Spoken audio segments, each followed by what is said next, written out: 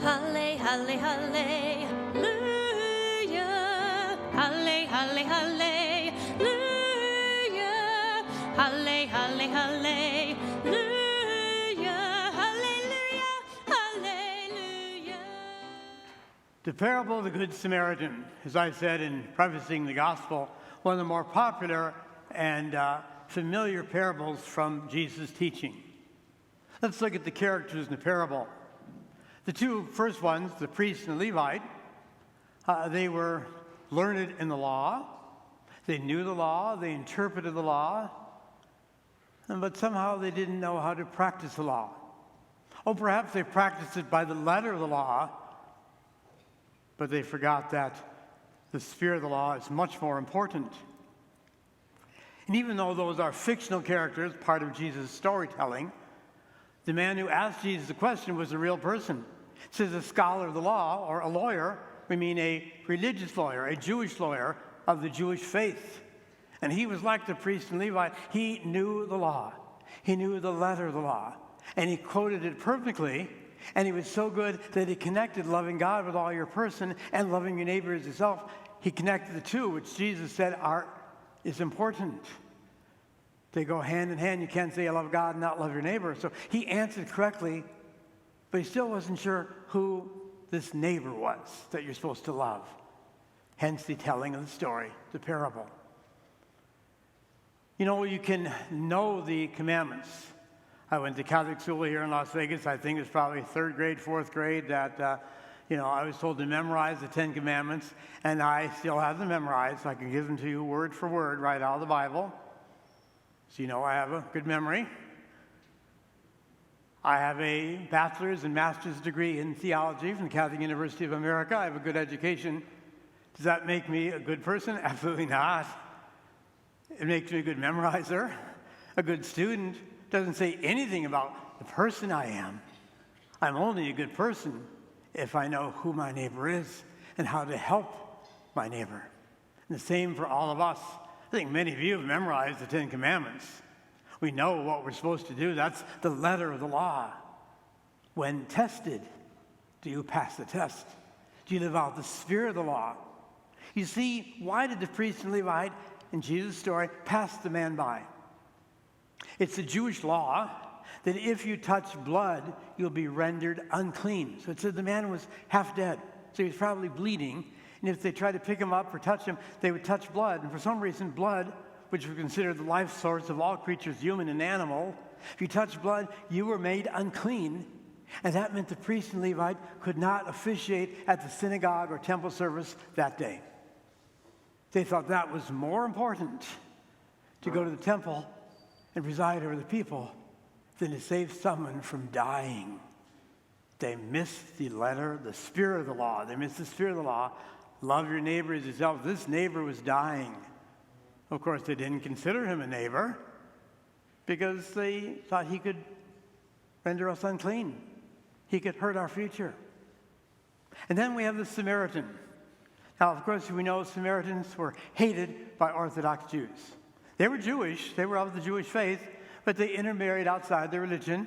They took some of the cults of pagan practice and mixed it in with Judaism, so they were considered half-breeds, no goods. So for Jesus to make the Samaritan the hero of the story was very offensive to the Jewish ears.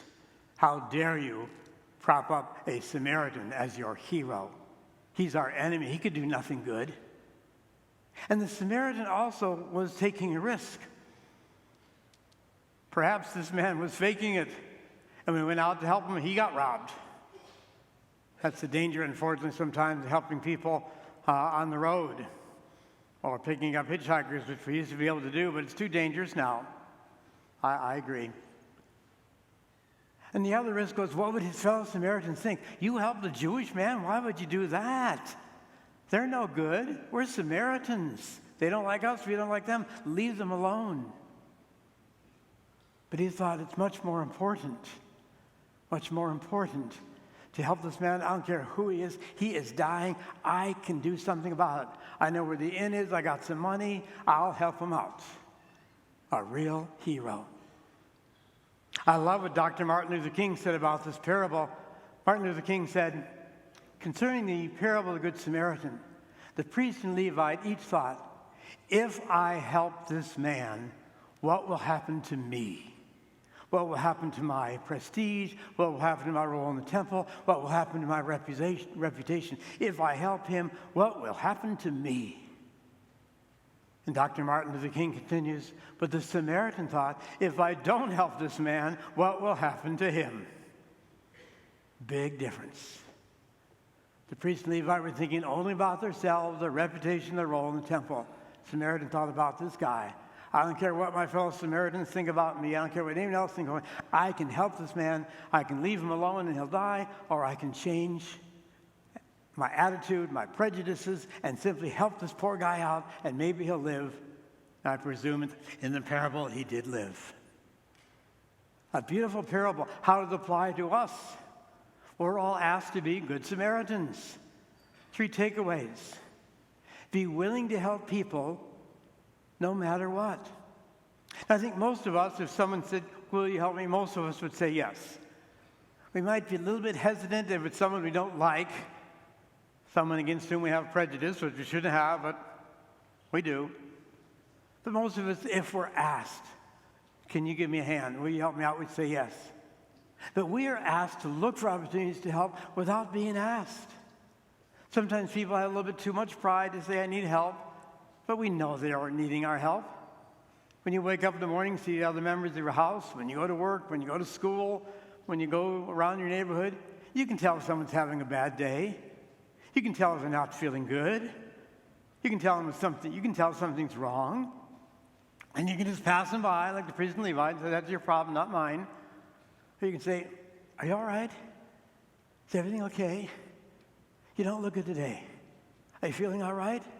Can I help you? We need to respond to opportunities to help whether we're asked for it or not.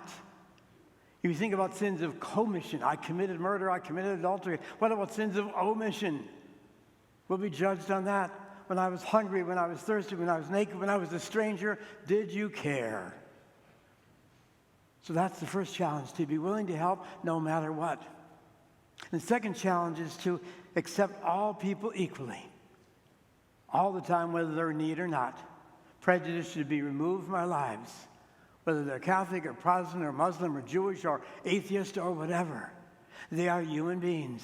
We are all children of God. We belong to one race, the human race. We should look on people as our sisters and brothers, all equal. And therefore, when someone's in need, we don't ask, where do you go to church? Did you go to church last Sunday?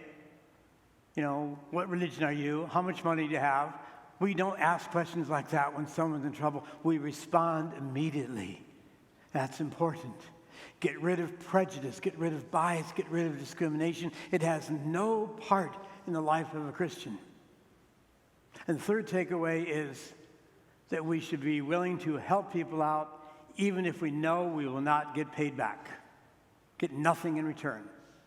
I presume if Jesus had continued the story, the Good Samaritan came back to the inn and found the man was well and maybe paid the extra expenses, and they never saw each other again the rest of their lives.